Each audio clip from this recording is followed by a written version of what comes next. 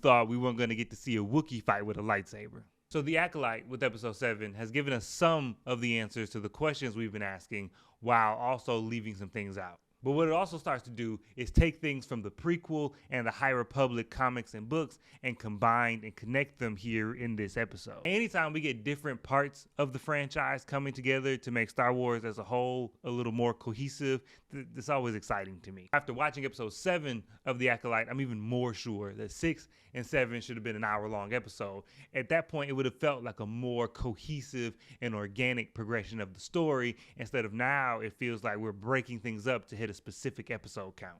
But we're here now, and in this episode, we flash back to Kofar 16 years before the show takes place, and we see the 4 Jedi are here investigating a Virgence.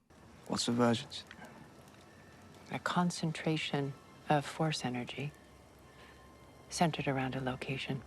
And this episode further confirms what I've been saying this whole time, that a Virgence is a separate aspect of Anakin than being solely created by the Force.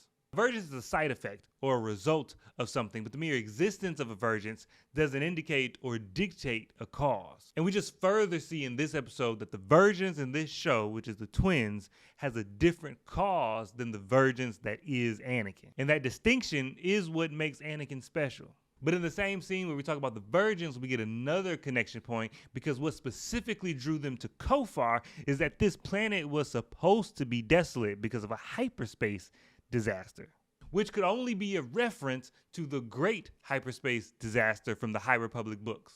This is a major event in the High Republic books and a catalyst for so many things that happen in those series of books, and it's where a starship was traveling through a hyperspace lane, and then another ship just appeared in the lane, which is not supposed to happen. And the first ship rips apart trying to avoid it, and the debris from that ship now enters regular space and is traveling at an incredibly high speed and threatens several planets and worlds with destruction. Evidently, Kofar was a planet that was in the path of enough of that debris that had rendered the planet lifeless for a century. So all in one scene, we got a reference and connection to one of the most significant moments in the High Republic timeline, and also got an expansion of a concept that was introduced in the prequels. So just off that, my little nerd brain is happy. But as we move forward through the episode, it continues to show us the differences between the twins and Anakin, because the Jedi Masters they encounter have some stark differences. One, we see throughout the episode that Indara is the only one with any sense, but also that Sol struggles to separate his emotions from the situation. At almost every turn, Sol breaks the rules and breaks protocol specifically because he feels a connection to Osha, to the point where he chooses her to live and lets the other twin fall to her death. Qui Gon was never this emotional, and when he met Anakin, he really wasn't trying to take him. He wasn't trying to accept any extra baggage at this point. Have you come to free us? No, I'm afraid not. The situations just kept putting Anakin in their path to the point where Qui Gon felt the Force was intervening. I may not like it, but he can help you. He was meant to help you.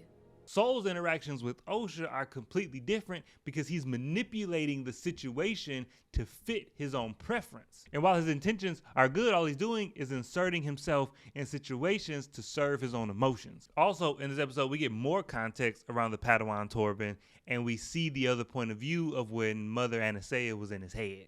Now, as an explanation for his immense guilt that eventually would lead him to take his own life, this was fine, especially considering how young he was and he was the only Padawan there. Dealing with something like this would have a lasting impact.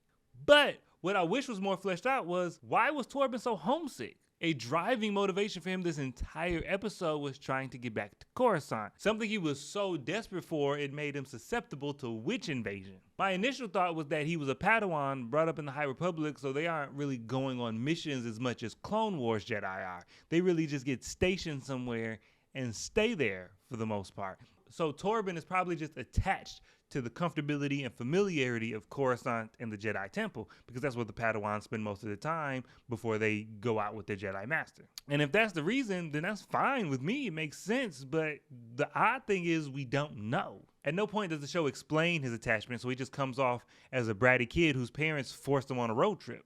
And maybe that was the point, but it just seems weird not to explain a character's singular defining motivation. But maybe we'll get more context later. So we see that May actually did start the fire, though it was by accident. And we see the motivation for the third cover-up in 7 episodes. So whatever answer the show comes up with to keep the Sith from being exposed, if it is a cover-up, they've laid the groundwork, the behavior is well established. But there are some things we still don't know, like how exactly were the twins created?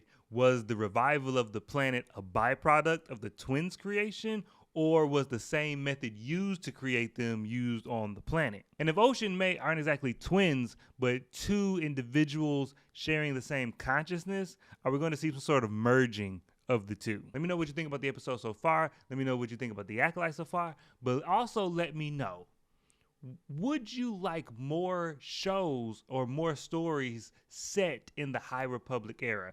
And I know what we want is Old Republic. I get it. All Star Wars fans want them to go all the way back to the Old Republic. But what I'm asking is, if they made more shows in the High Republic era, would you like that? I'm just curious. Let me know, and I'll catch you guys next time.